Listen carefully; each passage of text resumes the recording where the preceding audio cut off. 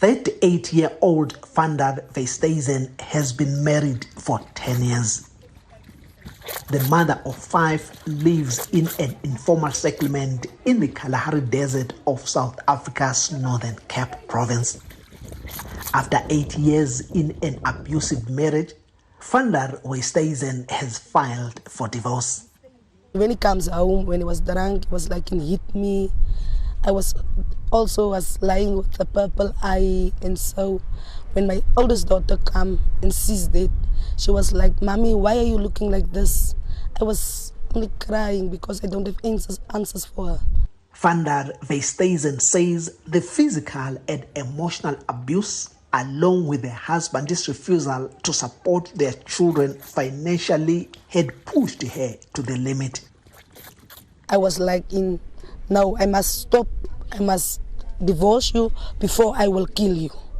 Because I'm a person, I'm taking a knife also. And to want to help myself and stand up for myself. And that's not the solution. According to the South African Police Ministry's latest crime statistics, over 10,000 women were raped in just 3 months between July and September last year. In nearly 50% of rape incidents, the perpetrators were known to their victims. They are often family members, friends, or neighbors.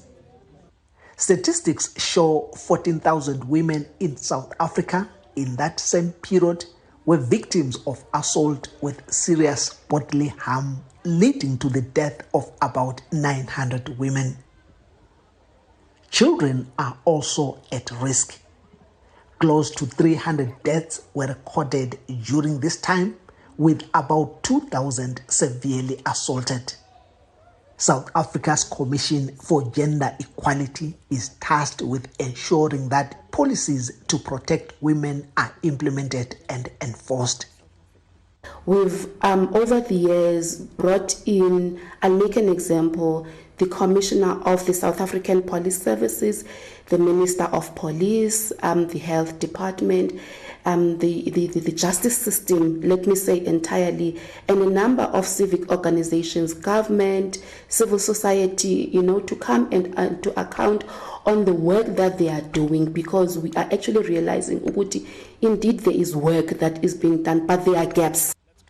The Akisanang Domestic Abuse Prevention and Training, ADAPT, organization says it's also doing its part through programs that help rehabilitate male perpetrators of violence against women. We gather men around, we work with men, we develop programs and activities that will be able to target men.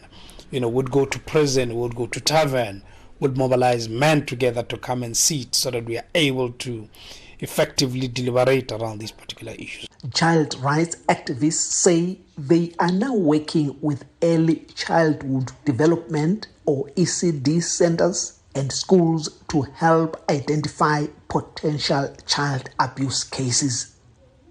We are working with ECDs, and the ECDs that we work with, we educate them about the signs that they can look at within their work spaces and see children's behaviors. And we have kids clinic that we encourage them to refer the kids if they see something that they don't understand. Vandar Vesthuizen hopes more women will speak out and get out of abusive relationships before it's too late. You must stand up and get everything done. It's for our kids. It's not for ourselves, but it's for our kids. Because if you are sitting in that situation, your kids will also suffer from that. In 2020, the government launched a national strategic plan for gender-based violence and femicide. Most police stations now have a gender-based violence desk, and more police officers are being trained to help women and children at risk. Thuso Khumalo for VOA News, Johannesburg.